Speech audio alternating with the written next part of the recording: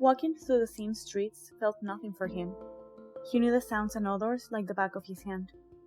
However, that day something felt different. Maybe it was the way the moonlight was reflecting on the fresh puddles after an evening storm, or the sudden stillness in the usually crowded streets. He should have known all that was meaningless, and what made that damp night different was the sight of one dying girl. That was the first time they met. She was only 20 years old, though the deepness in her eyes spoke of far more suffering than most people twice her age. She seemed to have been mercilessly hit before she was left out in the dark and wet streets. Back then, war had invaded several countries, and an epidemic outbreak had claimed so many lives that it wasn't uncommon for corpses to be found every morning. Her fire of life, weakening, drew him closer until he was standing inches away. Her doll-like face was barely lit up in the nightly shadows. As soon as she noticed his presence, she opened her eyes and looked up at him. "Who are you?" she asked, her voice soft and faint. Even if her face was covered in blood, bruises, and dirt, she was beautiful. "You don't have to know, as I won't stay with you for too long. I've come to take your soul with me. In the afterlife, your soul will find its final destination, rebirth or eternal sleep." He recited the same words every time, so no effort or feelings were put in them. "Are you the Grim Reaper?" she asked, curious. At first, he thought of ignoring her questioning and get the job done. Yet, the sudden spark in her eyes made him change his mind. "Grim Reaper, Death, Shinigami, La Muerte, you name it. I have different names, though I'm not the only one of my kind," he explained. "Good. I was afraid you were an angel about to save my life," she confessed, relief written all over her pale face. "Are you not afraid of dying?" he asked, full of curiosity. "I'm more afraid of leaving. I have nothing and no one to live for. I will die sooner or later. I'd rather live this life now. I have no intention of offering any resistance." Her words took him by surprise. "Well, it seems today is your lucky day," he finally said, kneeling down and placing a hand on her forehead. Though that was not part of the ritual, he thought of giving her a special treatment as she was willing to come with him. She laid down her hand on his. Her touch was cold. As soon as she gave her last breath, her beautiful soul left her body, and together they appeared in the paths towards the spiritual world. They walked in silence until they reached the door where Grim Reapers and souls must part ways. The door opened soundlessly. She started walking towards it without any hesitation. Just before the angel of death turned his back, she stopped and glanced at him, her amber eyes bright as gold. "Am I going to see you again?" she asked expectantly. "I'm not allowed to know your soul's destiny. However, if you do see me again, maybe you won't be as happy as you were this time. When humans are reborn, they forget this life, and myself," he reassured, even if his voice sounded less confident than he intended. She looked down thoughtfully and smiled at him before disappearing behind the door. Several years passed, and with each one of them, he started changing. He found himself constantly hoping the next soul that needed his assistance would be hers. Unfortunately, he started to lose hope that she had been reborn. Unexpectedly, the unusual happened, and he finally sensed her soul again. Not even the passing seasons had erased the sense of her energy from his fingertips. It felt like his own, engraved so deep his whole body shivered. Her spirit was finally calling him. The Grim Reaper looked at her through the window of a very tall building. The autumn leaves, imitating the color of her eyes in her previous life, had started to fall. The only sound that could be heard was the murmur of the wind through the naked branches of the trees. He knew there were other places he should be, other dying humans that needed his help, but the whispering of her soul was paralyzing. She looked like a beautiful princess with long black hair and big brown eyes, a princess trapped in a castle guarded by people in white gowns, needles, and beeping machines. Her delicate eyelids resting peacefully over her dark eyes brought him back memories of the day they met. The voices of so many souls departing into the spiritual world echoed against pale walls. but nothing could stop him from staring at the girl laying like a withering flower on white snow. He made his way to the side of her bed. "It's time to go," Death murmured softly, the oxygen mask fogging with her slow-paced breaths. She opened her eyes and stared at him full of recognition, sending a quiver down his spine. She raised her skinny hand weakly, inviting him to get closer. Astonished and hoping he wasn't going mad with naive expectations, he stepped forward.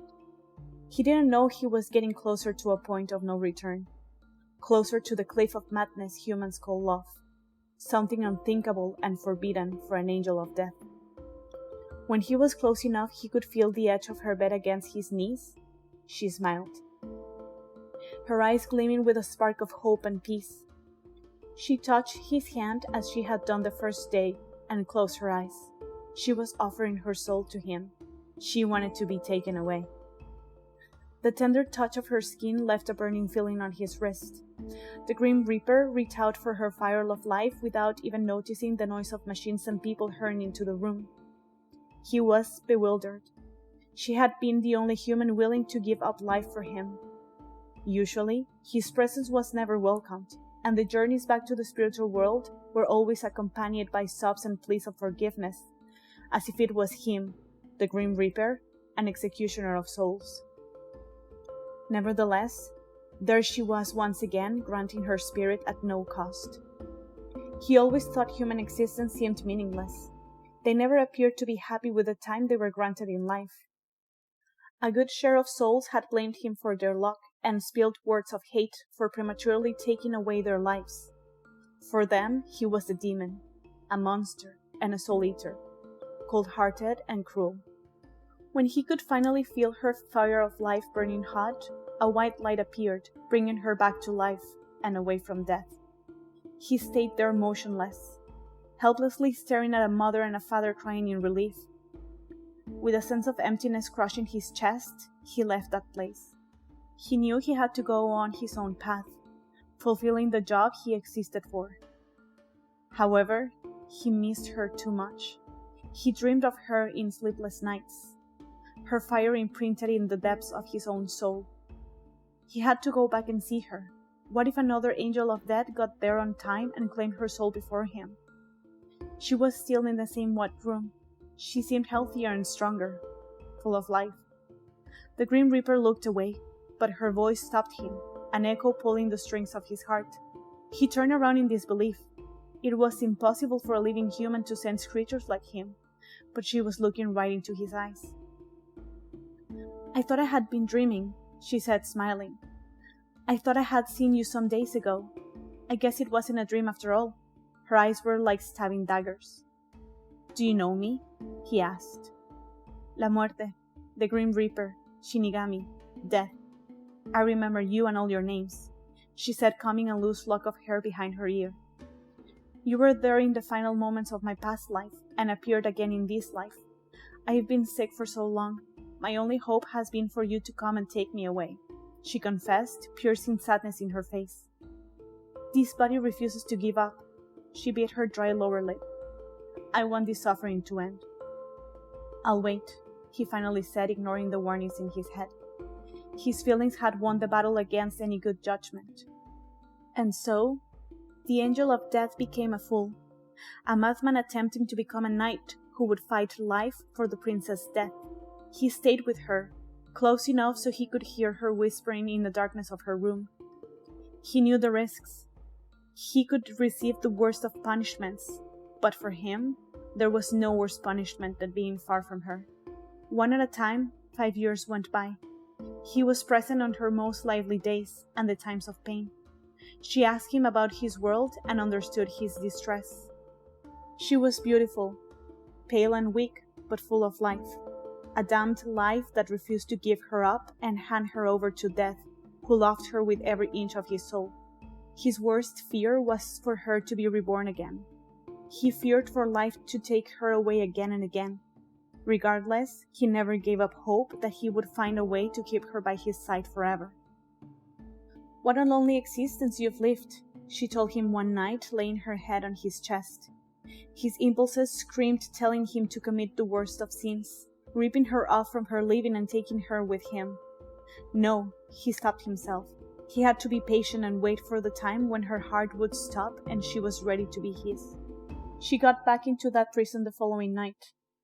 The angel of death took his time before going by her side. She had been in so much pain, and it broke his heart.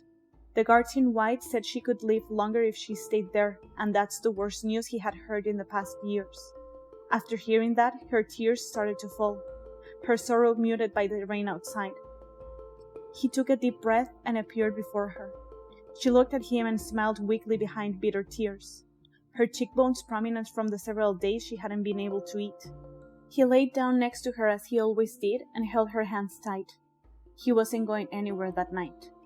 "I love you," Death finally managed to say after years of repeating it only to himself, his arms wrapped around her tiny waist. "When is this going to be over? Why can't you just take me now?" she begged. He could feel her tears piling on the fabric of his shirt. "I love Mom and Dad, and I know they want to keep me with them. But all I want is to leave this world and be by your side," her fingers closing tight over his. Once again, he made a choice that would go against all universal laws. They had been waiting for too long. If loving her was going to be his biggest crime, taking her before time would be the biggest proof of a forbidden love. She wanted to be with him, and he wanted to be with her.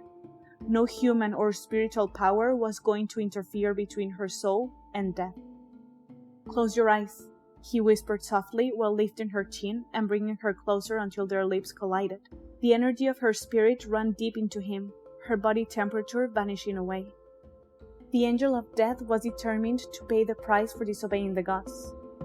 Their souls melted together and finally, they disappeared into an eternal nothingness.